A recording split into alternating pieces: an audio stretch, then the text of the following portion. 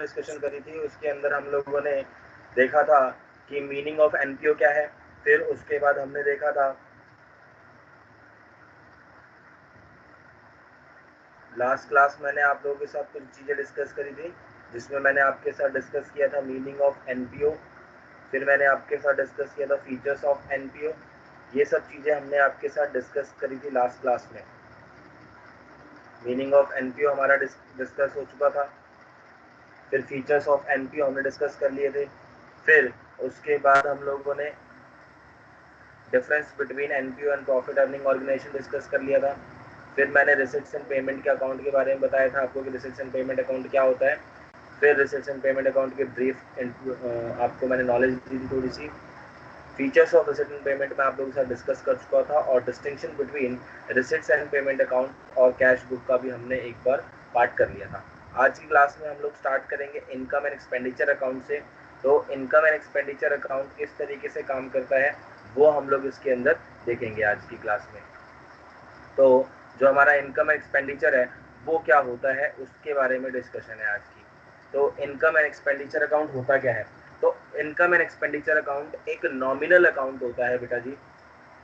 क्या होता है? ये एक नॉमिनल अकाउंट होता है हमारा, जो पूरा का पूरा प्रॉफिट एंड लॉस अकाउंट की तरह ही होता है, जो हम लोगों ने 11th क्लास में पढ़ा था। सेम उसी की तरीके से होता है। तो इसके अंदर हमारी सारी की सारी रेवेन्यू इनकम्स एंड एक्सपेंसेस को हम इसके अंदर क्या करते हैं बेटा? रिकॉर्ड करते हैं। जितनी भी हमारी रेवेन्यू इनकम्स और रेवेन्यू एक्सपेंसेस होती हैं वो सारी की सारी इसके अंदर क्या होती है? शो होती हैं। सारी रेवेन्यू इनकम्स एंड एक्सपेंसेस को हम शो करते हैं, रिकॉर्ड करते हैं। ये एक तरीके का प्रॉफिट एंड लॉस अकाउंट ही है, जो कि हमने फाइनल अकाउंट्स में पढ़ा था। ये एक तरीके का प्रॉफिट एंड लॉस अकाउंट का ही पार्ट है पूरा का पूरा। तो हमने जैसा वहां पे पढ़ा था वैसा ही ये कुछ है। उसमें भी हम क्या करते थे? सारे एक्सपेंसेस जो होते थे वो डेबिट साइड में डालते थे और सारी इनकम्स जो होती थी वो क्रेडिट साइड में डालते थे। तो सेम सिनारियो हम यहाँ पर भी करने वाले हैं। It is just like a profit and loss account. Now अब अगर हम बात करें, it is prepare at the end of accounting year. ये जो प्रिपेयर किया जाता है बेटा, प्रिपेयर किया जाता है एंड ऑफ अकाउंटिंग ईयर में। हम जब भी इसको प्रिपेयर करने की बात करते हैं तो ये प्रिपेयर कब किया जाता है? एंड ऑफ अकाउंटिंग ईयर में ये प्रिपेयर किया जाता है using accrual basis. Using accrual basis. Accrual basis का मतलब क्या होता है? यहाँ पर एक्यूरल बेसिस का मतलब होता है कि जहां पर हम एडजस्टमेंट्स को देखते हैं। हमने रिसिट्स एंड पेमेंट अकाउंट की बात करी। रिसिट्स एंड पेमेंट अकाउंट में वहां पर कोई एडजस्टमेंट्स नहीं होती है। वहां पर कोई एडजस्टमेंट्स नहीं होती है। वो कहता था जो आ रहा है उसी को हम क्या करते थे? लिख लेते थे। जो जा रहा होता था उसको भी लिख देते थे, चाहे हमारी जो इनकम है वो इस साल की हो, पिछले साल की हो, चाहे अगले साल की हो, उससे कोई लेना देना हमारा नहीं होता था। तो it is prepare at the end of accounting year using accrual basis, so all adjustments are done. यहाँ पर हम सारी की सारी एडजस्टमेंट्स करते हैं, बट हम रिसिट्स एंड पेमेंट अकाउंट में कोई एडजस्टमेंट्स पास नहीं करते हैं। हम यहाँ पर हम सारी की सारी एडजस्टमेंट्स को करते हैं। तो all adjustments are done here. Is it done? Is it done to everyone? Yes, भैया। Yes, sir. ना। अब हम बात कर लेते हैं कि हमारा जो इनकम एंड एक्सपेंडिचर अकाउंट है वो किस फॉर्मेट पे काम कर रहा है हमारे लिए।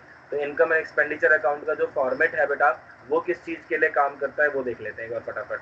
तो इनकम एंड एक्सपेंडिचर अकाउंट में हमारे पास दो साइड्स हैं, एक है डेबिट साइड और एक है credit side. This is your debit side and this is your credit side. तो डेबिट साइड में हमारे सारे के सारे रेवेन्यू एक्सपेंसेस आते हैं। यहाँ पे सिर्फ रेवेन्यू एक्सपेंसेस आएंगे और कुछ नहीं आता। सिर्फ रेवेन्यू एक्सपेंसेस आते हैं और कुछ नहीं आता यहाँ पर। All revenue expenses. और यहाँ पे ऑल रेवेन्यू इनकम्स आती हैं आपकी। सारी की सारी रेवेन्यू इनकम जो आपके पास किसी सामान को बेचने से आती हैं या आपकी छोटी मोटी कोई इनकम होती है, वो सारी रेवेन्यू इनकम्स यहाँ आती हैं। जैसा कि हमने रिसिट्स एंड पेमेंट अकाउंट में देखा था, यहाँ पर आपके पास दोनों टाइप के एक्सपेंसेस और आते थे। यहाँ पर देखो, आपने देखा था कि यहाँ पर आपके पास रेवेन्यू एक्सपेंस भी आता है और यहाँ पर आपके पास कैपिटल एक्सपेंस भी आता है। यहाँ पर आपके पास रेवेन्यू, सॉरी ये मैंने रिसिप्ट्स है, यहाँ पे ये रेवेन्यू रिसिप्ट्स थी और यहाँ पर रेवेन्यू एक्सपेंसेस थे। मतलब रेवेन्यू पेमेंट्स भी होती हैं और आपके पास यहाँ पर कैपिटल पेमेंट्स भी होती हैं आपकी। तो दोनों तरह की चीजें आपके पास यहाँ आती थी रेसिडेंट पेमेंट अकाउंट में। बट जब हम इनकम एक्सपेंडिचर अकाउंट की बात करते हैं तो यहाँ पर केवल और केवल रेवेन्यू एक्सपेंस आता है और रेवेन्यू इनकम्स आती हैं। भैया डोनेशन रेवेन्यू इनकम क्यों है? देखो बेटा, डोनेशन जो होती है वो दो तरीके की होती है, एक होती है जनरल डोनेशन और एक होती है हमारी स्पेसिफिक डोनेशन। अगर मैं डोनेशन की बात करूं तो डोनेशन दो तरीके की होती है, एक होती है जनरल डोनेशन और एक होती है स्पेसिफिक डोनेशन। जब भी मैंने लास्ट क्लास में समझाया था कि जो जनरल डोनेशन है, मतलब जो आपको कोई भी आता चलता फिरता चला देकर चला जाता है, तो बेटा वो रिकरिंग नेचर की हो जाएगी, रिकरिंग नेचर की हो जाएगी। कोई भी आपको कुछ भी छोटा मोटा अमाउंट अगर देके चला जाता है तो उसे रिकरिंग नेचर का बोला जाता है। और जब भी कोई इनकम अगर रिकरिंग नेचर की होगी तो उसे हम रेवेन्यू का नाम देंगे बेटा जी। और वहीं पर अगर कोई चीज भी आपकी नॉन रिकरिंग नेचर की है, नॉन रिकरिंग नेचर की है, तो हम उसके लिए क्या नाम देंगे यहाँ पे कि ये जो चीज है वो कैपिटल नेचर की हो जाएगी यहाँ पर। Is it clear to all or not? Donation की अगर मैंने बात करी तो डोनेशन दो तरीके की हो गई मेरे पास, एक हो गई जनरल डोनेशन और एक हो गई मेरे पास स्पेसिफिक डोनेशन। तो डोनेशन जो जनरल और स्पेसिफिक है उसमें रिकरिंग और नॉन रिकरिंग नेचर की चीजें आती हैं। जो हमारी रिकरिंग नेचर की चीजें होती हैं वो क्या होती हैं, और हमारी रिकरिंग नेचर वाली जो भी होती है वो रेवेन्यू होती है, और नॉन रिकरिंग वाली जितनी भी चीजें होती हैं वो कैपिटल होती हैं। तो वही चीज हमने यहाँ पे देखी। तो आपने देखा यहाँ पर कि आपके पास देखो यहाँ पे डोनेशन दिख रहा था, तो ये डोनेशन पूछा गया कि भाई ये इनकम कैसे है, तो ये इनकम रिकरिंग नेचर की है। अब यहीं पर लिखा होता डोनेशन फॉर बिल्डिंग, तो एक स्पेसिफिक नेचर की हो गई। आपको जो डोनेशन मिला है वो बिल्डिंग के लिए मिला है। तो कोई भी चीज अगर स्पेसिफिक पर्पस के लिए मिलती है तो वो आपके लिए कैपिटल नेचर की हो जाएगी। बट वहीं पर अगर कोई चीज आपको सीधा सीधा कोई भी आकर डोनेट कर गया कुछ भी, तो बेटा वो आपके लिए इनकम है आपकी। अंडरस्टूड? देखो हमने रिसिट्स एंड पेमेंट अकाउंट में दो चीजें देखी थी, एक देखी थी ऑनोरेरियम और एक देखी थी सेक्रेटरी ऑनोरेरियम। तो ऑनोरेरियम तो हम सभी को सम्मान करते हैं, बट सेक्रेटरी का ऑनोरेरियम, सिर्फ सेक्रेटरी के ऑनोरेरियम की बात करी तो वो एक कैपिटल एक्सपेंडिचर हो गया। क्यों? क्योंकि वहां पर हमने जो ऑनोरेरियम किसी को सम्मान दिया वो पर्टिकुलर किसी पर्सन को दिया और वो स्पेसिफिक नेचर के लिए हो गया। जब किसी स्पेसिफिक बंदे के लिए बात आ जाती है, कोई भी चीज स्पेसिफिक हो जाती है, तो वो आपकी कैपिटल नेचर में आ जाती है, वो नॉन रिकरिंग हो जाती है। क्योंकि सेक्रेटरी को बार बार आप सम्मान नहीं देते, या किसी भी पर्सन को बार बार सम्मान नहीं दिया जाता। जब किसी भी पर्सन को बार बार सम्मान नहीं दिया जाता तो वो आपकी नॉन रिकरिंग नेचर की हो जाती है, और नॉन रिकरिंग वाली जो होती है वो कैपिटल होती है, और जो रेगुलर बेसिस की होती है वो आपकी रिकरिंग होती है। मेरे ख्याल से सभी को बात समझ में आ गई होगी। Is it done to everyone or not? हाँ भैया। ओके, और लोग? Yes sir. बाकी सभी को समझ में आ रही है बातें? Yes sir. चलिए बहुत बढ़िया। हाँ आगे की भैया। तरफ देखते हैं, आगे की तरफ अब नेक्स्ट देखो। मैंने अगर देखा जाए तो हमारे पास यहाँ पर दो चीजें होती हैं। ये जो हमारे पास देखो ये है सरप्लस, एक आ रहा है हमारे पास यहाँ पर सरप्लस। ये जो सरप्लस है, सरप्लस मतलब एक तरीके का प्रॉफिट जो मैंने लास्ट क्लास में समझाया था, और डेफिसिट एक तरीके का लॉस। मतलब जब आपका क्रेडिट साइड का बैलेंस ज्यादा होगा और डेबिट साइड का कम होगा तो आपके पास आएगा सरप्लस, और वहीं पर जब डेबिट साइड का बैलेंस ज्यादा होगा और क्रेडिट साइड का बैलेंस कम होगा तो आपके पास आएगा बेटा जी डेफिसिट। अंडरस्टूड यहाँ तक की बात सभी को? जब क्रेडिट साइड का बैलेंस ज्यादा होगा, डेबिट साइड का कम होगा तो हमारे पास सरप्लस आता है, और डेबिट साइड का बैलेंस ज्यादा होता है और क्रेडिट साइड का बैलेंस कम होता है तो हमारे पास डेफिसिट आता है। जैसे कि प्रॉफिट एंड लॉस अकाउंट बनाया था फाइनल अकाउंट्स में, वहां पर जब क्रेडिट साइड का बैलेंस ज्यादा होता था तो हमारे पास प्रॉफिट आता था, और जब डेबिट साइड का बैलेंस ज्यादा होता था तो हमारे पास लॉस आता था। तो लॉस डेफिसिट को ही कहते हैं और सरप्लस प्रॉफिट को कहते हैं। ये सिमिलर होते हैं दोनों एक दूसरे के। तो डेफिसिट का जो सिमिलर पार्ट है वो क्या है? लॉस, और सरप्लस का जो सिमिलर पार्ट है वो क्या है? प्रॉफिट है। Is it understood? Yes sir. अब एक चीज देखो बेटा, हाँ भैया। यहाँ पर एक स्टार लगा हुआ है, तो स्टार लगने का मतलब क्या है? इन दोनों में से कोई एक ही आता है, दोनों नहीं आते। क्लियर? चलिए अब एक चीज देख लेते हैं, हम लोग बात कर लेते हैं excess of income and expenditure account and profit and loss account का एक डिफरेंस है हमारे पास छोटा सा, उस डिफरेंस को हम फटाफट देख लेते हैं।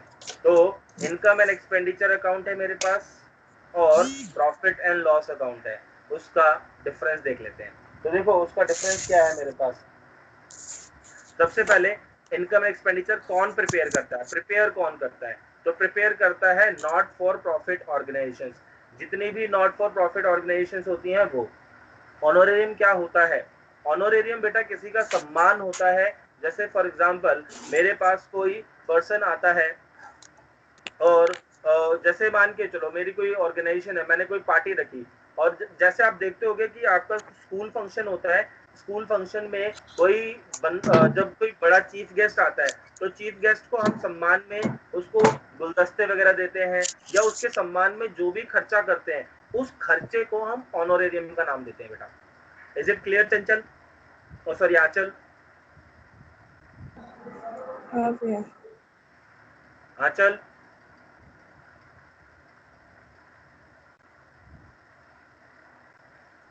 yes or no Aanchal? okay beta, thank you. Now profit and loss account, this account is prepared by business organization। जो हमारा प्रॉफिट एंड लॉस अकाउंट होता है वो कौन प्रिपेयर करता है, हमारे बिजनेस ऑर्गेनाइजेशन से प्रिपेयर करते हैं। बट हमारा जो इनकम एंड एक्सपेंडिचर अकाउंट होता है वो कौन प्रिपेयर करता है, वो प्रिपेयर करते हैं हमारे एनपीओ। फिर अगर मैं बात करूं इसका ऑब्जेक्टिव क्या होता है, क्यों बनाए जाते हैं, इनकम एक्सपेंडिचर बनाया जाता है to ascertain the surplus or deficit. Sir एक बार और पहला पॉइंट समझाना। बेटा इनकम एंड एक्सपेंडिचर कौन प्रिपेयर करता है, इनकम एक्सपेंडिचर प्रिपेयर करता है एनपीओ और प्रॉफिट एंड लॉस कौन प्रिपेयर करता है, बिजनेस ऑर्गेनाइजेशन। सिर्फ इतनी सी बात थी उसकी। तो प्रिपेयर कौन करते हैं, है ना, कौन प्रिपेयर करता है, ये है पॉइंट सर समझ। नाउ हमारा ऑब्जेक्टिव क्या होता है इनकम एक्सपेंडिचर अकाउंट बनाने का, सरप्लस और डेफिसिट निकालना। यहाँ पे नेट प्रॉफिट और नेट लॉस निकालना हमारा क्या होता है, मेन ऑब्जेक्टिव होता है प्रॉफिट एंड लॉस अकाउंट बनाने का। अब हम क्या करते हैं, यहाँ पर प्रॉफिट को कैसे डिस्ट्रीब्यूट करते हैं, तो डिस्ट्रीब्यूशन ऑफ प्रॉफिट कैसे होता है, the surplus or deficit is transfer to capital fund and never distributed among its members. आपने देखा था बेटा जो हमने प्रॉफिट अर्न किया था जो पिछले साल, वो प्रॉफिट हमने मालिक को दे दिया था और उसकी कैपिटल में जाके ऐड कर दिया था। यहाँ पर बहुत सारे लोग होते हैं तो इसका ये मतलब नहीं है कि जो प्रॉफिट हुआ वो सारा का सारा उनके मेंबर्स बांट लेंगे। मेंबर्स कभी भी प्रॉफिट बांटेंगे नहीं, वो सरप्लस या डेफिसिट जो होगा वो ऑर्गेनाइजेशन में ही रह जाएगा और ऑर्गेनाइजेशन की ही कैपिटल को इंक्रीज करता है, ये पैसा बाहर नहीं निकाला जाता। बट जो प्रॉफिट एंड लॉस ऑर्गेनाइजेशंस होती हैं ये अपने प्रॉफिट को डिस्ट्रीब्यूट कर लेते हैं। The net profit of the business is distributed among its members और ऑनर्स। ये अपने ऑनर्स और मेंबर्स के बीच में क्या कर लेते हैं बेटा, अपने प्रॉफिट को डिस्ट्रीब्यूट कर लेते हैं। क्लियर? फिर बात आ रही है प्रिपरेशन की। प्रिपरेशन कैसे प्रिपेयर किया जाता है, तो ये प्रिपेयर किया जाता है with the help of receipt and payment account और अदर इंफॉर्मेशन की हेल्प से हम इनकम एंड एक्सपेंडिचर अकाउंट को बनाते हैं। और प्रॉफिट एंड लॉस अकाउंट बनाया जाता है with the help of trial balance, जो कि आपने लास्ट ईयर बनाया था जब आपने 11th क्लास में करा था। तो उस समय ट्रायल बैलेंस में हमने क्या करा था कि ट्रायल बैलेंस से हमने प्रॉफिट एंड लॉस अकाउंट बनाया था, आप लोगों को याद होगा। चलते हैं आगे की तरफ। स्टार्ट्स विद, किससे स्टार्ट होता है बेटा ये, it does not start with any balance, इसका कोई स्टार्टिंग बैलेंस नहीं होता। इनकम एंड एक्सपेंडिचर अकाउंट का कोई स्टार्टिंग नहीं होता। बट प्रॉफिट एंड लॉस के ऊपर कौन बनाया जाता था, ट्रेडिंग अकाउंट प्रिपेयर किया जाता था कॉल्ड, उससे हमें स्टार्ट मिलता था ग्रॉस प्रॉफिट या ग्रॉस लॉस। तो ये स्टार्ट करता है ट्रेडिंग अकाउंट के बैलेंस से, जो ट्रेडिंग अकाउंट में जो प्रॉफिट होता था या लॉस होता था उससे हम इसको स्टार्ट करते हैं। बताइए इनकम एक्सपेंडिचर अकाउंट और प्रॉफिट एंड लॉस अकाउंट में थोड़ा सा डिफरेंस क्लियर हुआ या नहीं हुआ? Yes sir. चलिए बहुत बढ़िया। अब हम अपने नेक्स्ट टॉपिक की तरफ बढ़ते हैं जिसका नाम है बैलेंस शीट। तो बैलेंस शीट इस टॉपिक का मेन पार्ट है। तो क्या क्या है इस बैलेंस शीट के अंदर वो देख लेते हैं। तो जो हमारी बैलेंस शीट है बेटा वो क्या है वो देख लेते हैं। तो it is a statement that shows the financial position, it shows the financial position of the organisation at a particular date. एक पर्टिकुलर डेट पर ये हमारे फाइनेंशियल पोजीशन क्या करती है, शो करती है। जब भी आपसे कोई पूछे फाइनेंशियल पोजीशन के बारे में, तो फाइनेंशियल पोजीशन का मतलब होता है बैलेंस शीट। ये बात पूरे साल के लिए अभी याद रख लो, फाइनेंशियल पोजीशन का मतलब होता है बैलेंस शीट। तो जब भी हम बात करेंगे बैलेंस शीट की, तो फाइनेंशियल पोजीशन यानी हमारे पास क्या क्या चीजें हैं, क्या क्या चीजें नहीं है, वो चीजें बताने का काम कौन करता है, बैलेंस शीट करता है। और कब करता है, लास्ट या पर्टिकुलर डेट पर। मेनली जो ये चीजें बनाते हैं हम लोग eight the end of the year बनाते हैं। देखो it is made at the end of the year. तो मैंने देखो यहाँ लिखा है बैलेंस शीट एज ऑन 31 मार्च। तो ये जो बैलेंस शीट आ रही है आपके सामने, ये जो बैलेंस शीट आई है वो कब की आई है, कुछ डेट्स होती हैं हमारे पास। मैंने यहाँ पर आपके लिए एक डेट लिखी हुई है कि एज ऑन 31 मार्च 2020। तो जो भी डेट है वो आप इसके अंदर मान सकते हो उसे। क्लियर मेरी बात यहाँ पे?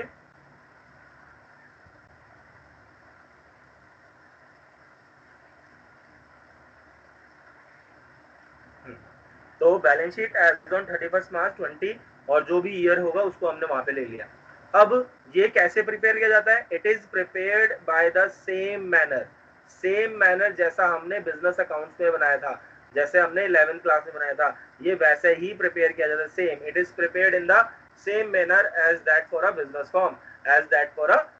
फॉर्म, जैसा बिजनेस फॉर्म बनाती है वैसे ही इसे हम प्रिपेयर करते हैं। तो देखो क्या है ये balance sheet as on 31 March 2020। Liability side है यहाँ पर, और इधर की साइड हमारा असेट साइड है। ये रुपीज कॉलम जैसा था वैसे रहेगा। अब यहाँ पर सबसे पहले हमने कैपिटल फंड लिखा, फिर उसका ओपनिंग बैलेंस, उसमें प्लस माइनस कर दिया सरप्लस या डेफिसिट। अगर हमें सरप्लस होता है मतलब प्रॉफिट होता है तो प्लस करते हैं, और अगर डेफिसिट होता है तो हम उसे माइनस कर देते हैं। फिर यहाँ पर देखो बेटा लाइफ मेंबरशिप फीस आ गई आपके पास बिल्डिंग फंड आ गया, कोई भी स्पेसिफिक डोनेशन आ गया, कोई भी लेगेसी आ गई, कोई भी एंट्रेंस फीस यहाँ पर मैंने कैपिटलाइज नेचर की रखी है। ये पांचों की पांचों आइटम्स आपकी हो गई कैपिटल रिसिप्ट्स। ये पांचों की पांचों आइटम्स आपकी क्या हो जाएंगी बेटा, कैपिटल रिसिप्ट्स हो जाएंगी। तो life membership fees, building fund, specific donation, legacy, entrance fees, जो कैपिटलाइज नेचर की होती है ये सारी की सारी आपकी क्या हो गई, कैपिटल नेचर की हो गई। तो इसलिए उधर आ गई। फिर कुछ फंड्स भी होते हैं, स्पेशल फंड्स भी हैं हमारे, जैसे कि मैच फंड हो गया, टूर्नामेंट फंड हो गया, और प्राइज फंड हो गए। तो इनको भी हम लोग लाइबिलिटी में ही डालते हैं, मतलब किसी पर्टिकुलर चीज के लिए मिला हुआ फंड, जैसे मैच फंड हो गया आपका, टूर्नामेंट फंड हो गया। मतलब आप एक स्पोर्ट्स क्लब है तो स्पोर्ट्स क्लब को किस चीज के लिए पैसा चाहिए, एक not profit organisation of sports club है, आपके पास पैसा नहीं है बट आपको अपने स्टूडेंट्स का एक मैच करवाना है, तो मैच करवाने के लिए आपने फंड्स इकट्ठे किए, तो वो फंड स्पेसिफिक हो गया कि वो जो पैसा है वो कहाँ खर्च करोगे, आप लोग सिर्फ उस मैच पे खर्च करोगे। आपने कोई टूर्नामेंट करवाना है तो टूर्नामेंट के लिए वो पैसा खर्च होगा, सिर्फ आपको प्राइज डिस्ट्रीब्यूट करने हैं तो प्राइज डिस्ट्रीब्यूशन के लिए। कोई भी स्पोर्ट्स फंड किसी भी तरीके का अगर आप क्लब चला रहे हैं और उसमें आपको लगता है कि मुझे ये चीज करने के लिए पैसा चाहिए, तो वो स्पेसिफिक नेचर की हो गई। तो जैसे ही मैंने बताया स्पेसिफिक नेचर की, तो स्पेसिफिक नेचर आपके कैपिटल नेचर हो जाती है, और कैपिटल नेचर की इनकम आपकी लायबिलिटी होती है। Is it done? Is it done to all? चलिए अब यहाँ पर देखो इसकी जो कैलकुलेशन है वो कैसे हो रही है, यहाँ पर कैलकुलेशन में हमने क्या करा है, यहाँ पर जो ओपनिंग बैलेंस होता है इसका, उसमें अगर कोई भी डोनेशन रिसीव होती है वो हम इसमें क्या कर देते हैं बेटा, ऐड कर देते हैं, और अगर कोई इनकम रिसीव होती है वो भी ऐड कर देते हैं, और अगर कोई एक्सपेंस होता है उसमें से माइनस कर देते हैं, और आउटर कॉलम में जो अमाउंट आता है उसे हम यहाँ पर लिख देते हैं। बताइए यहाँ पे कोई डाउट है किसी को? तो क्या करा मैंने, जो भी ओपनिंग बैलेंस था उस ओपनिंग बैलेंस में मैंने क्या करा, जो भी डोनेशन रिसीव हुई वो ऐड कर दिया, जो भी डोनेशन रिसीव हुई मैंने उसको ऐड कर दिया, और डोनेशन रिसीव ऐड करने के बाद अगर कोई इनकम आई है मेरे पास तो मैंने उस इनकम को भी क्या कर दिया, इसमें ऐड कर दिया। और इनकम ऐड करने के बाद अगर कोई खर्चा हुआ है तो उस खर्चे को भी मैंने यहां से हटा। बताइए बात क्लियर हुई या नहीं हुई? तो कोई भी अगर आपके पास फंड रखा है उसमें आपके पास कोई भी डोनेशन आई तो प्लस, इनकम आई तो प्लस, एक्सपेंस हुआ तो वो माइनस हो जाएगा। फिर ऐसे ही आपके पास bank overdraft, creditor, outstanding expenses और एडवांस सब्सक्रिप्शंस है, ये सारी आपकी इनकम के पार्ट होते हैं, मतलब सॉरी लाइबिलिटी है, तो ये लाइबिलिटी साइड में चलेगी आपकी। इधर की साइड देखते हैं अब असेट साइड में। असेट साइड में देखिए आपका फिक्स असेट्स है, तो फिक्स असेट्स में आपके पास जो भी चीजें आ रही हैं वो आ जाएंगी। यहाँ पर आपके पास फिक्स असेट्स है, फिक्स असेट्स में आपका बिल्डिंग हो गया, उसमें अगर कोई एडिशन होती है तो वो ऐड हो जाएगा और डेप्रिसिएशन क्या हो जाएगा इसमें से सब्ट्रैक्ट हो जाएगा और जो आएगा वो आउटर कॉलम में आ जाएगा। ऐसे ही फर्नीचर, अगर कोई भी एडिशन, मतलब एडिशन का मतलब अगर परचेज करके लाते तो प्लस, कुछ सेल करते हो तो माइनस, और उस पर डेप्रिसिएशन लगता है तो वो भी माइनस होकर आउटर कॉलम में आ जाएगा। ऐसे इन्वेस्टमेंट्स होंगी आपकी, अभी जो हमने ये जो अपने पास फंड्स रखे थे उनके ऊपर इन्वेस्टमेंट्स होती हैं, उनको कहते हैं match fund investment, sports fund investment, building fund investments. तो ये सब चीजें हमारी वहाँ का पार्ट बनते हैं। फिर कुछ करंट असेट्स हो जाते हैं, consumable stocks, outstanding subscription, accrued interest, prepaid expense, cash and bank. तो ये कुछ हमारी बैलेंस शीट के पार्ट होते हैं। बताइए बेटा ये बैलेंस शीट थोड़ी सी क्लियर हुई या नहीं हुई अभी भी? चलिए बहुत बढ़िया, सभी को समझ में आ गई होगी बैलेंस शीट। अब हम बात करते हैं कुछ इंपॉर्टेंट टॉपिक्स की जो हमें यहाँ पर ट्रीटमेंट करनी है। इसके बाद आज की क्लास में हम थोड़े से न्यूमेरिकल क्वेश्चन भी करने की कोशिश करेंगे जिससे सभी का कुछ होमवर्क मिले। और मैंने आप लोगों के लिए कुछ 13 क्वेश्चंस बनाए हैं, वो 13 क्वेश्चन आपका होमवर्क होगा आज के लिए। चलिए देखिए बेटा, अगर मैं बात करूं हमारे पास यहाँ पर मैंने बात करी some important topic of NPO, जो कुछ इम्पॉर्टेंट टॉपिक्स हैं हम उनके बारे में बात कर रहे हैं यहाँ पे। तो some important of NPO and their treatment. तो देखिए बेटा, अगर मैं बात करूं subscription, donation, legacy, municipal grant और गवर्नमेंट ग्रांट्स की, तो ये जितनी भी चीजें हैं हमारी, ये जितनी भी चीजें हैं हमारी, ये हमारी रेवेन्यू होती है समटाइम्स, अगर हमें ऑर्डिनरी लेवल पे मिल रही होती है। यहाँ पर प्लीज ध्यान से समझना, ऑर्डिनरी, अगर ऑर्डरिंग को मैं अगर चेंज करना चाहूँ और मैं इसको लिख दूं रिकरिंग नेचर की है ये, अगर रिकरिंग नेचर की है ये, तो बेटा ये रेवेन्यू रिसिप्ट्स होती हैं और रेवेन्यू रिसिप्ट्स आपकी इनकम बनेगी। और अगर यहीं पर ये नॉट रिकरिंग नेचर की है, नॉट रिकरिंग, ये नॉट रिकरिंग नेचर की है, तो ये स्पेसिफिक हो जाएगी और ये कैपिटल रिसिप्ट्स बन जाएंगी और ये आपकी लाइबिलिटी बनती है। फिर ये बात को ध्यान से समझना, कोई भी रिकरिंग नेचर का इनकम होगा, कुछ भी रिसिप्ट्स होगी, रिकरिंग नेचर के रिसिप्ट्स जो होंगी, रिकरिंग नेचर के रिसिप्ट्स वो आपकी इनकम होती हैं। प्लीज ध्यान से समझो, रिकरिंग नेचर की रिसिप्ट्स, रिकरिंग नेचर की रिसिप्ट्स वो आपकी इनकम होती हैं। रिकरिंग नेचर की जो रिसिप्ट्स होती हैं वो आपकी रेवेन्यू रिसिप्ट्स होती हैं हमेशा ही। बट वहीं पर अगर ये नॉट रिकरिंग नेचर की रिसिप्ट्स हैं तो बेटा ये आपके लिए क्या हो जाएंगी, अगर नॉट रिकरिंग नेचर है तो नॉट रिकरिंग नेचर हमेशा वो आपकी कैपिटल रिसिप्ट्स का पार्ट होते हैं। अंडरस्टूड और नॉट? हाँ बेटा। अगर कोई भी बेटा रिकरिंग नेचर की रिसिप्ट्स है, कोई भी रिकरिंग नेचर की रिसिप्ट्स, रिकरिंग मतलब रेगुलर बेसिस पे आने वाली इनकम, अगर रेगुलर बेसिस पे आने वाली है रिसिप्ट्स तो उसे इनकम कहा जाता है। और वहीं पर कुछ नॉन रिकरिंग नेचर की होती है जो कभी कभार आपको होती है, तो वैसी चीजों को हम स्पेसिफिक कहते हैं। और जितनी भी स्पेसिफिक रिसिप्ट्स होती हैं वो कैपिटल रिसिप्ट्स कहलाती हैं। जितनी भी आपकी स्पेसिफिक रिसिप्ट्स होती हैं वो कैपिटल रिसिप्ट्स कहलाती हैं बेटा। सही है, जितनी भी आपकी स्पेसिफिक रिसिप्ट्स होती हैं वो कैपिटल रिसिप्ट्स कहलाती हैं और वो हमारी लाइबिलिटीज बन जाती हैं, वो हमारी लाइबिलिटीज बन जाती हैं और हम उसे बैलेंस शीट पे शो करते हैं अपनी लाइबिलिटी साइड में। क्लियर? Yes sir. बट अब इसमें नोट रखने वाली बात है ये वाली, if any one is large amount, अगर आपको दिख रहा है कि उसका जो अमाउंट है बेटा वो कुछ ज्यादा ही बड़ा है, अगर उसका अमाउंट कुछ ज्यादा ही बड़ा लग रहा है, तो उस केस में बेटा हम क्या करेंगे,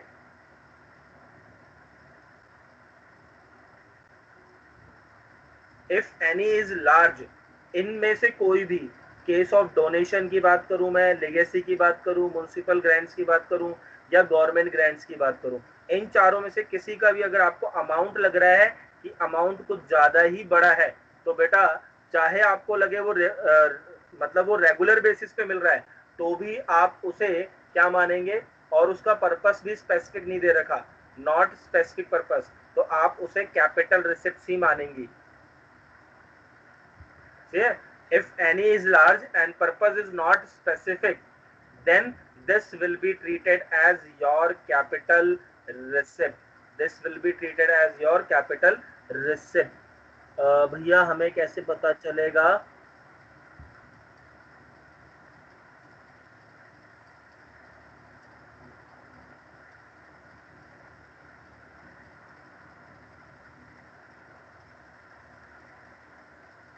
भैया हमें कैसे पता चलेगा कब होगा, इसकी कोई रेंज होगी ना। देखो बेटा यश, इसमें क्या है कि अगर मान के चलो आपकी जो बैलेंस शीट है उसमें सारे अमाउंट 100, 200, 300, 400, 500 दे रखे हैं, और एक अमाउंट दे रखा है सीधा 10,000 या सीधा 1000, तो 100 रुपए वाली रेंज में जो 1000 रुपए वाला अमाउंट है वो बहुत बड़ा अमाउंट हो जाएगा, 100 रुपए वाली रेंज में जो 1000 रुपए का अमाउंट है वो बहुत बड़ा हो जाएगा। तो आपको क्या करना है, वो अमाउंट वहां से हटा, खुद ब खुद ही समझ में आ जाएगा कि वो बड़ा अमाउंट है, और बड़े अमाउंट को आप क्या मानेंगे, यहाँ पर कैपिटल रिसिप्ट मानेंगे आप लोग। Clear clear?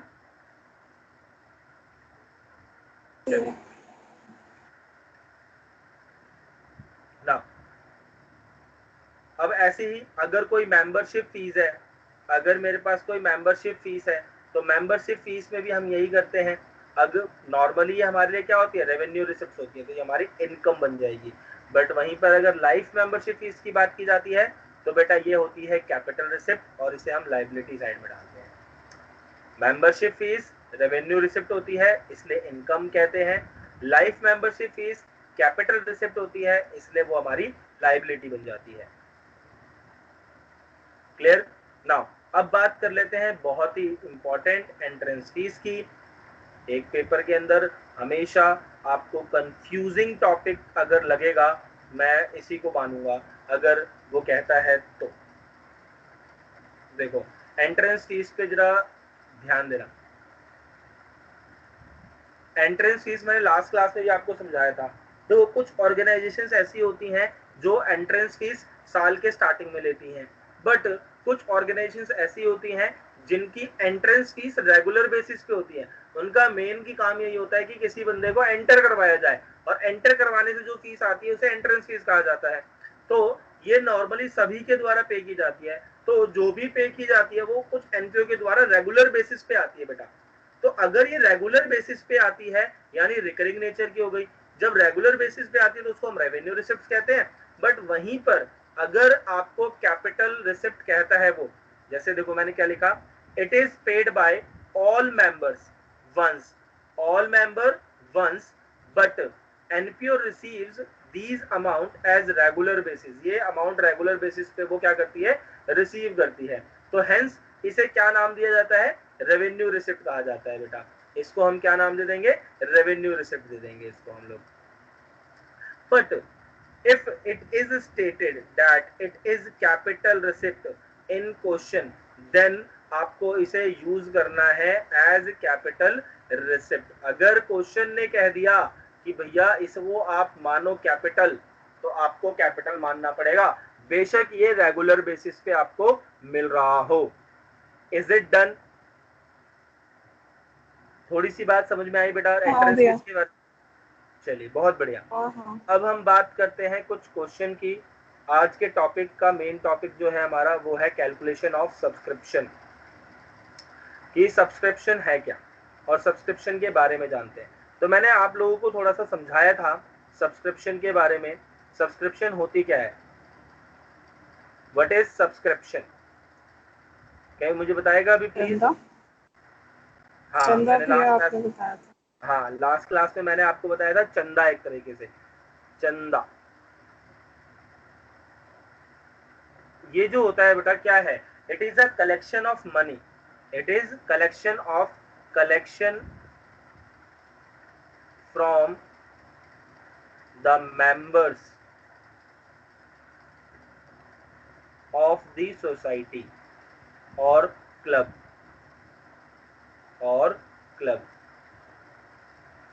ये छोटी सी बात है, प्लीज इसको ध्यान से समझना कि सोसाइटी और क्लब के द्वारा जो भी कलेक्शन होती है फ्रॉम मेंबर्स, उसको हम यहाँ पर क्या नाम देते हैं? कैलकुलेशन ऑफ सब्सक्रिप्शन का नाम देते हैं। Is it clear? चलिए ना, अब हम इसकी कैलकुलेशन कैसे करते हैं? मैंने अभी आपको ऊपर रिसिप्ट एंड पेमेंट अकाउंट दिखाया था। तो जब रिसिप्ट एंड पेमेंट अकाउंट मैंने आपको दिखाया था ऊपर, तो मैंने आपको इधर डेबिट साइड दिखाया था और इधर क्रेडिट साइड दिखाया था, और इधर मैंने आपको रिसिप्ट्स दिखाई थी सारी की सारी, और इधर की साइड्स मैंने सारी की सारी पेमेंट्स दिखाई थी। और रिसिप्ट में आपको मैंने एक सब्सक्रिप्शन दिखाया था, ये आपको सब्सक्रिप्शन रिसीव हुआ था। उसके बाद हमें ना income and expenditure account prepare करना होता है, हमें प्रिपेयर करना होता है income and expenditure. Please mute का भी ऑन है, म्यूट कर लो।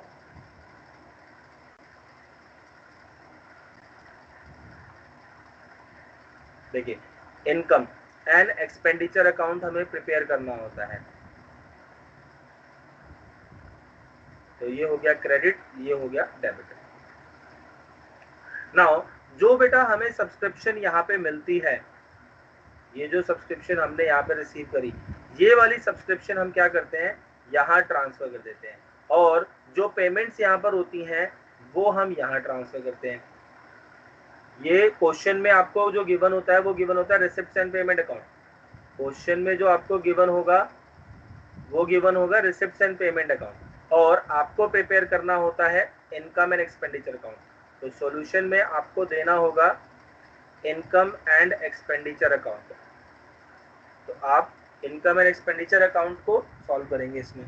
तो इनकम एंड एक्सपेंडिचर अकाउंट को कैसे बनाया जाता है? तो मैंने बताया था कि जो आपके रिसिप्ट एंड पेमेंट अकाउंट है, it shows all capital and revenue, both nature की चीजों को दिखाता है।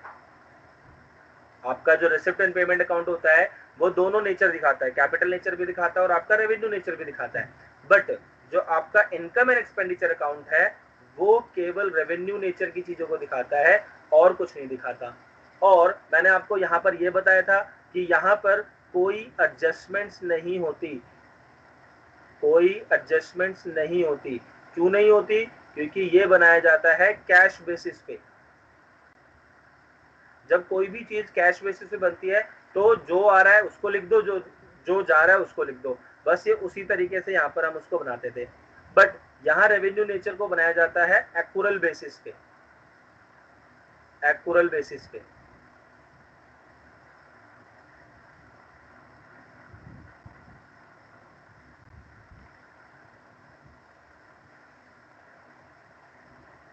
एक्यूरल बेसिस पे, एक्यूरल बेसिस का मतलब क्या हो गया कि आपको यहाँ पर वो इनकम भी दिखानी है जो आपको इस साल मिली नहीं है, आपको वो खर्चे भी दिखाने हैं जो आपको इस साल मिले नहीं है, और बट वो इस साल के खर्चे हैं। मतलब आपको इनकम एक्सपेंडिचर अकाउंट कहता है कि शो ओनली करंट ईयर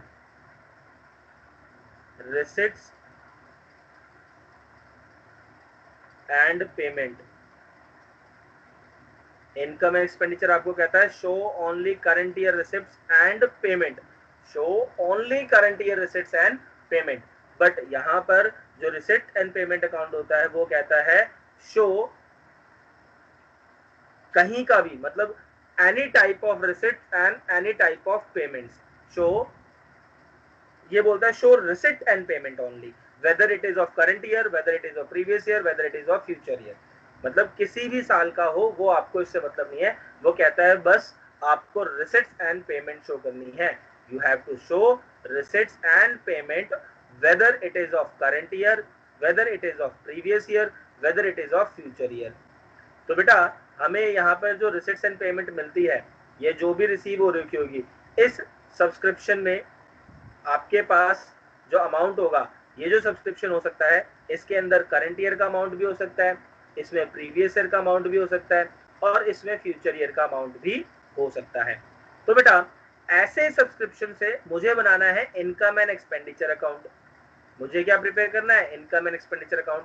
और इनकम एंड एक्सपेंडिचर क्या कहता है कि सिर्फ करंट ईयर के रिसिप्ट्स एंड पेमेंट को दिखाओ. तो मुझे जो सब्सक्रिप्शन रिसीव है उसमें तो प्रीवियस ईयर भी गिवन है, करंट ईयर भी गिवन है और फ्यूचर ईयर भी गिवन है, और दिखाना क्या है मुझे? सिर्फ करंट ईयर. तो मुझे क्या करना पड़ेगा? जो प्रीवियस ईयर का अमाउंट है उसे हटाना पड़ेगा और जो फ्यूचर ईयर का अमाउंट है उसे हटाना पड़ेगा, और वो आइटम्स भी ऐड करने पड़ेंगे जो इस साल के हैं बट अभी तक मिले नहीं है, जो इस साल के हैं बट अभी तक आपको मिले नहीं है. बताओ थोड़ी सी बात अभी तक आपको मेरी समझ में आई या नहीं आई? भैया आ गई.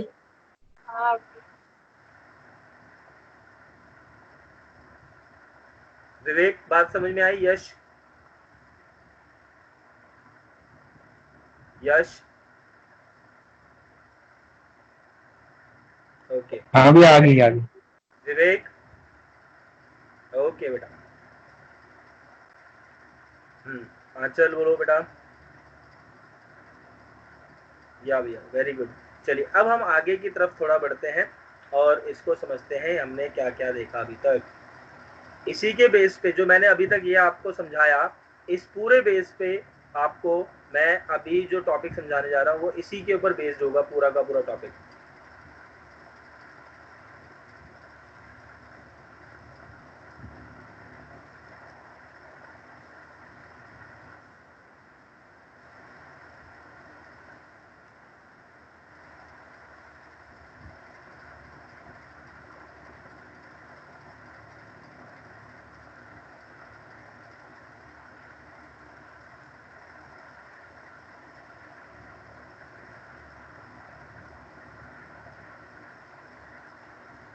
देखो बेटा,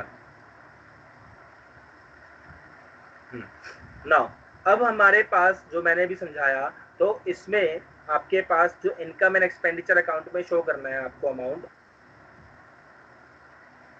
भैया बुक में क्वेश्चन है, कौन सी बुक में बेटा? अकाउंट के फर्स्ट पार्ट में. ये एनपीओ है बेटा, एनपीओ वाली बुक में मिलेगा आपको. अगर आपके पास एनपीओ कौन सी पार्ट है? बेटा जो आपकी अभी अगर चंचल की कोई बुक है तो उसमें शायद नहीं हो, क्योंकि उस समय उनके पास एनपीओ नहीं था. 2017 के मेरे पास. हाँ उसके पास एनपीओ नहीं था, उस समय एनपीओ नहीं था. अच्छा नया टॉपिक लगा है ये? हाँ ये पिछले साल लगा है, तो वही टॉपिक आप लोगों को देखना है ना. मैं भी साथ साथ आप लोगों को इसके क्वेश्चंस कुछ सेंड करूंगा, वही क्वेश्चंस आप लोग ट्राई करते रहे. मैंने ये जो क्वेश्चंस निकाले हैं प्रीवियस ईयर के क्वेश्चंस हैं, तो मैंने उसमें से निकाले हैं आपके लिए क्वेश्चंस कुछ. ठीक है. ठीक है, तो वो आप लोग इसी को देखते रहेंगे तो हो जाएगा आप लोगों का. सेम. चलिए देखो नाउ अब हम लोग जो बात कर रहे हैं वो बात कर रहे हैं कि किस तरीके का हमारे कैलकुलेशन करेंगे. तो सबसे पहले हमारे पास subscription receive during the year आपको मिलेगा. ये जो subscription receive during the year है, इसका मतलब क्या है? ये वो अमाउंट है जो आपको पूरे साल में मिला है, जो आपको पूरे साल मिला है. आपको अब इसमें से वो चीजें हटानी है जो इस साल की नहीं है. मैंने जैसे आपको बताया कि मुझे शो करना है इनकम एंड एक्सपेंडिचर अकाउंट में. हमेशा आपको जो अमाउंट शो करना है वो इनकम एंड एक्सपेंडिचर अकाउंट में शो करना है. तो इनकम एंड एक्सपेंडिचर अकाउंट में शो करने के लिए आपको केवल और केवल करंट ईयर के आइटम चाहिए और कोई सा आइटम नहीं चाहिए. तो सिर्फ करंट ईयर का आइटम चाहिए.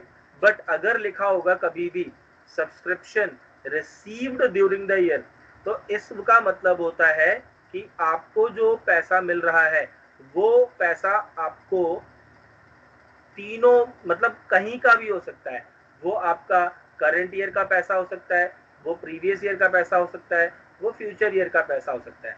तो आपको क्या करना है, इस सब्सक्रिप्शन रिसीव में से आपको प्रीवियस ईयर के पैसे को क्या करना है, हटाना है, और फ्यूचर ईयर के पैसे को क्या करना है, आपको हटाना है। तो आपको वो चीजें हटानी है जो इस साल की नहीं है। जैसे देखो हमने क्या करा, सबसे पहला काम किया हमने outstanding subscription at the end of previous year, outstanding subscription at the end of previous year की बात करी मैंने। तो बेटा यहां पर क्या आया मेरे पास कि outstanding subscription at the end of previous year, ये अमाउंट हटा दिया। क्यों हटाया सर, देखो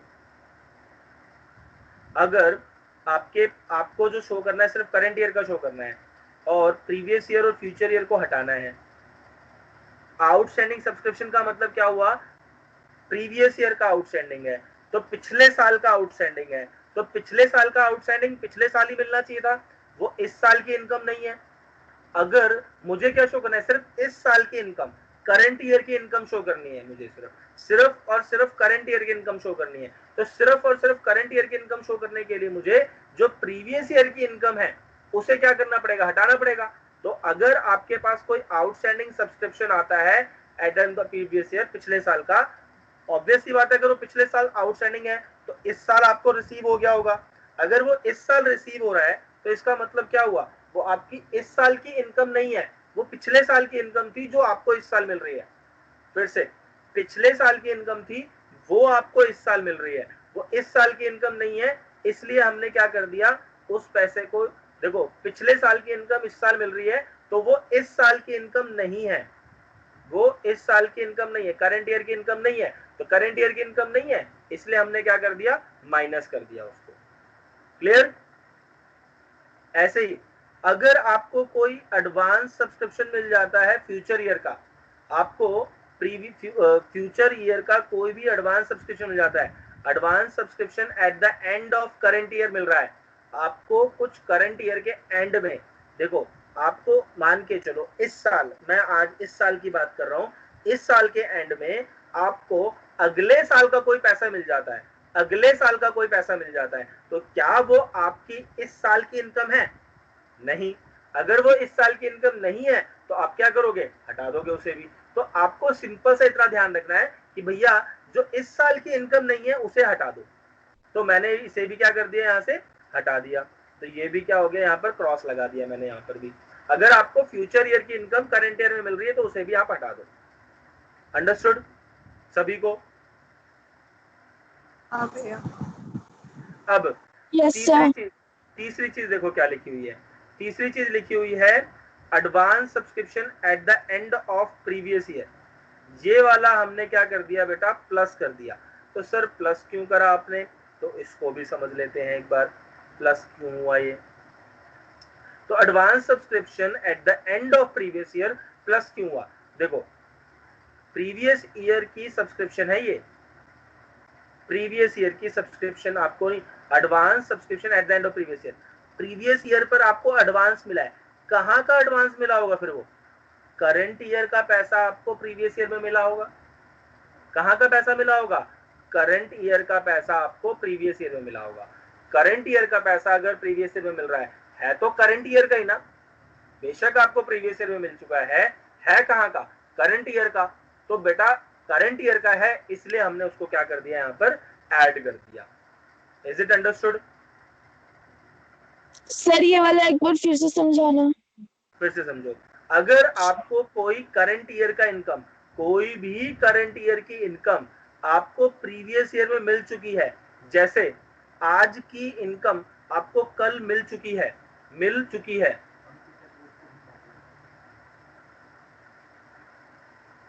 यस सर। है ना, तो जो बुक जो आपको वो मिल चुकी है वो क्या कर दो, आप यहाँ से हटा दो, वो क्या कर दो, आप यहाँ से हटा दो। तो करंट ईयर को, जो करंट ईयर की इनकम है और प्रीवियस ईयर की है, तो हमने क्या कर दिया, वो इस साल की इनकम है, करंट ईयर की इनकम है, तो करंट ईयर की इनकम थी इसलिए हमने इसको क्या कर दिया, यहाँ पर प्लस कर दिया। बस। अब जो लास्ट अमाउंट लिखा है प्लस नीचे वाला, वो क्या लिखा है देखो, advance subscription at the end of current year, advance subscription at the end of current year. तो ये क्या है, advance subscription at the end of current year में क्या लिखा है भैया इस साल की इनकम थी, मिली नहीं, इस साल की इनकम थी, नहीं मिली, इस साल की इनकम नहीं मिली, तो इसका मतलब क्या, वो इसी साल की तो है ना, तो इस साल की थी नहीं मिली, तो भैया इस साल की थी इसलिए प्लस कर दी। कुछ पैसा अगर आउटस्टैंडिंग रह गया है इस साल का, वो नहीं मिला है, तो हमने उसको क्या कर दिया, यहाँ पर ऐड कर दिया। बताइए बात समझ में आई या नहीं आई?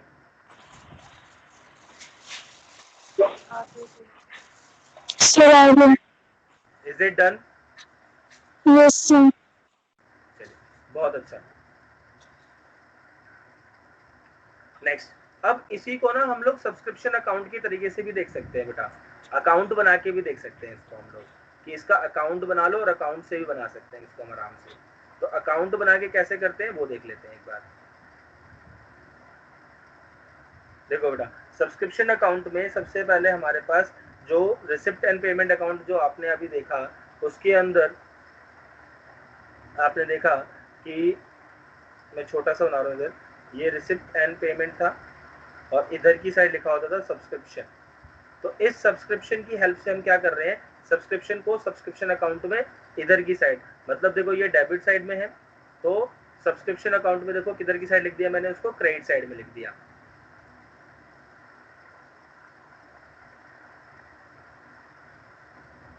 दिख रहा होगा आपको अमाउंट, अब मैंने क्या लिख दिया, डेबिट साइड से उसको किधर की साइड लिख दिया, क्रेडिट साइड में लिख दिया, by receipt and payment account credit side. मतलब ये जो सब्सक्रिप्शन अकाउंट का बैलेंस आया है मेरे पास कहाँ से आया है, क्रेडिट साइड, वो डेबिट साइड से आया है, क्रेडिट साइड में चला गया। अब मुझे निकालना कौन सा अमाउंट होता है, इनकम एक्सपेंडिचर वाला, तो इनकम एक्सपेंडिचर वाला अमाउंट यहाँ पे लिख दो, जो आपको निकालना है वो हमने यहाँ लिख दिया।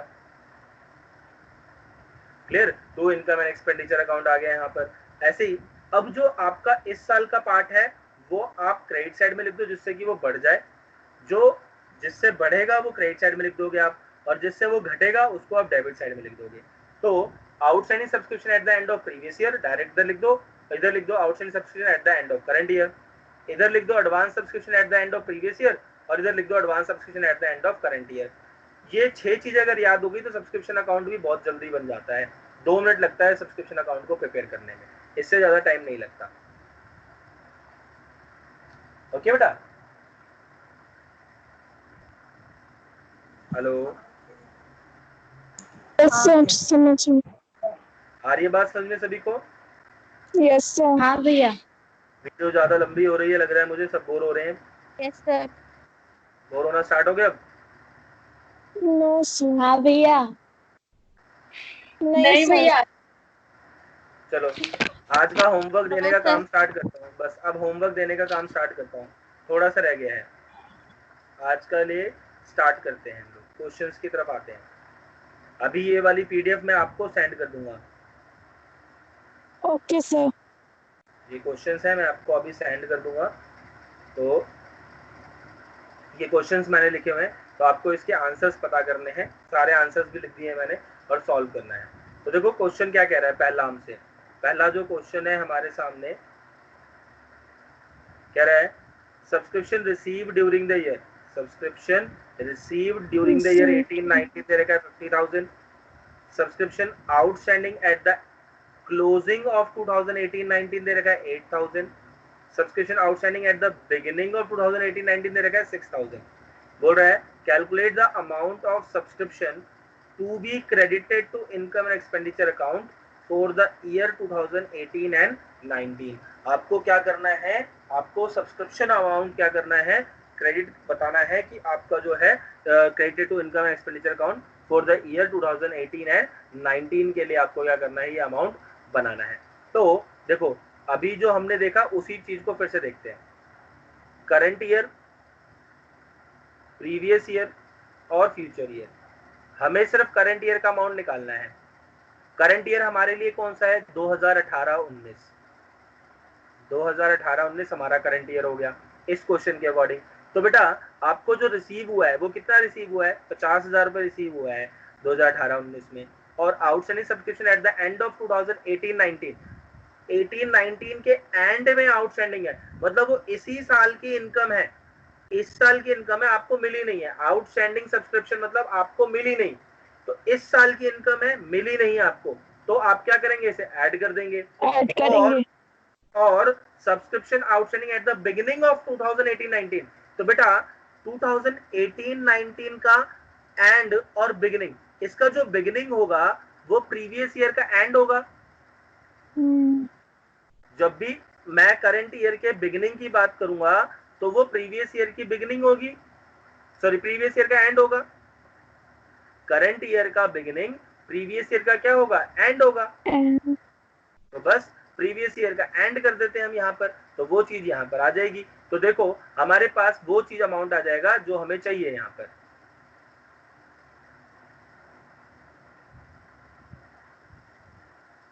देखो क्या कैलकुलेट कर रहे थे हम लोग, सब्सक्रिप्शन ड्यूरिंग द ईयर वाला अमाउंट क्लियर कर रहे थे। तो हम क्या लिखेंगे, subscription received during the year, during 2018-19 कितना रिसीव हुआ मुझे, 50,000 का। अब जो इस साल की इनकम है वो ऐड कर दो और जो इस साल की इनकम नहीं उसे हटा दो। तो ऐड आउटस्टैंडिंग सब्सक्रिप्शन ऑफ 2018-19 का जो एंड वाला हो जाएगा 8,000 रुपए वो ऐड हो जाएगा और माइनस क्या हो जाएगा, आउटस्टैंडिंग सब्सक्रिप्शन ऑफ बिगिनिंग 2018-19 6,000 रुपये। तो ये हो गया माइनस, आपके पास जो अमाउंट आ जाएगा 52,000 का, ये क्या कहलाएगा आपका, amount credited to income and expenditure account, amount credited to income and expenditure account। बताइए बात समझ में आई या नहीं आई? यस सर आ गई। आ गई। Yes sir.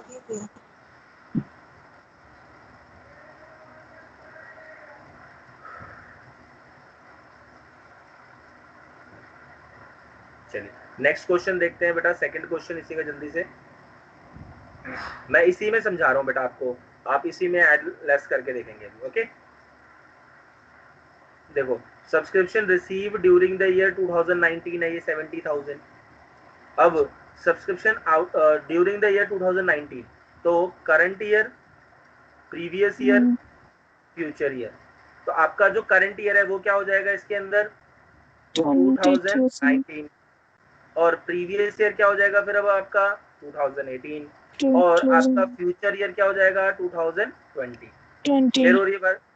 नाउ अब आपके पास subscription receive during the year 2019 है 70,000, सब्सक्रिप्शन आउटस्टैंडिंग ऑन 31 मार्च 2018, 2018 का आउटस्टैंडिंग है।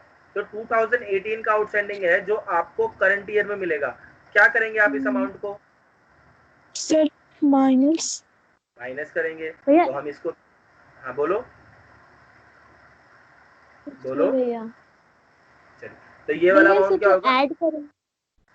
देखो 2018 का आउटस्टैंडिंग है, पिछले साल का आउटस्टैंडिंग है जो आपको इस साल मिल रहा है, क्या वो इस साल की इनकम है आपकी?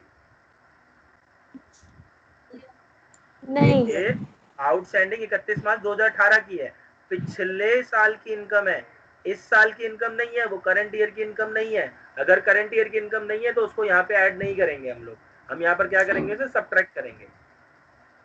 हाँ ठीक है भैया। ओके नेक्स्ट देखो, सब्सक्रिप्शन आउटस्टैंडिंग ऑन 31 मार्च 2019, भैया करंट ईयर की आउटस्टैंडिंग है, तो करंट ईयर की आउटस्टैंडिंग क्या होगी,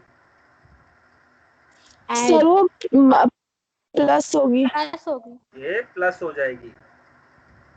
now subscription receive advance on 31 March 2018, subscription आपको रिसीव हुई 31 मार्च 2018 को, कहाँ की रिसीव हुई होगी एडवांस में, करंट ईयर की सब्सक्रिप्शन।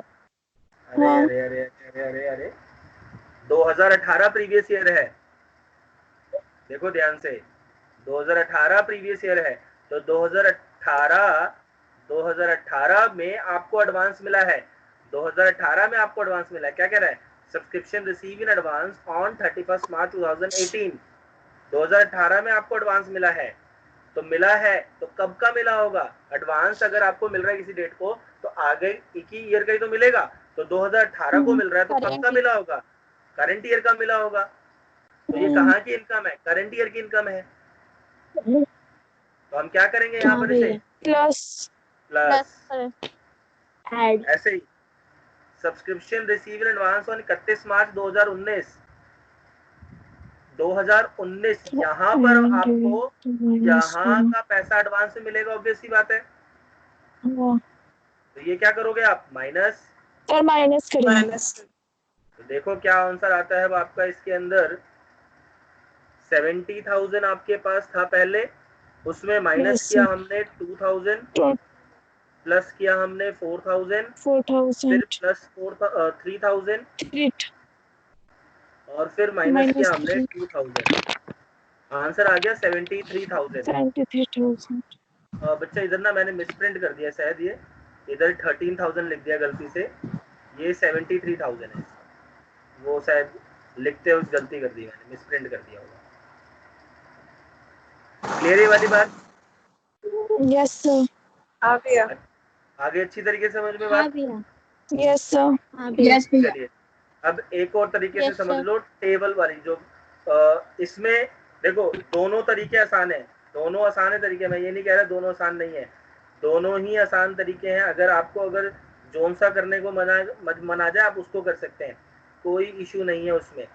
अगर आप चाहो तो इस मेथड से करना चाहो तो आप इस मेथड से भी कर सकते हो, आप चाहो किसी और मेथड से करना तो आप किसी और मेथड से भी कर सकते हो, मतलब दूसरे मेथड से भी। देखिए बेटा, अब मैं सीधा सीधा आपके सामने इनकी अमाउंट्स पुट करूंगा।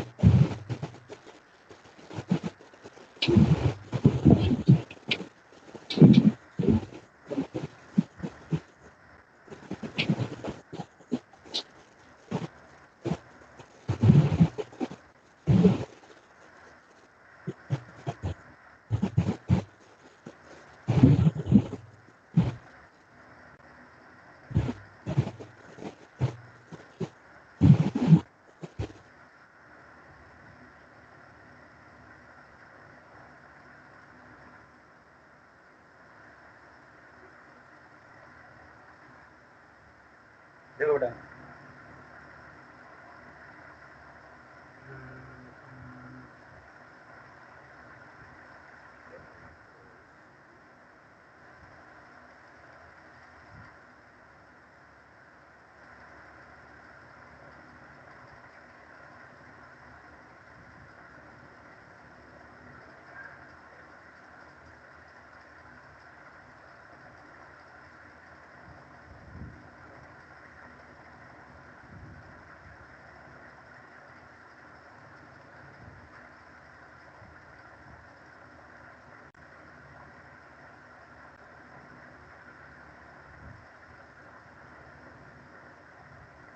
देखो बेटा मैं थोड़ा सा टाइम भी बचाना चाहता था, बट टाइम बचा नहीं, उल्टा लग गया था।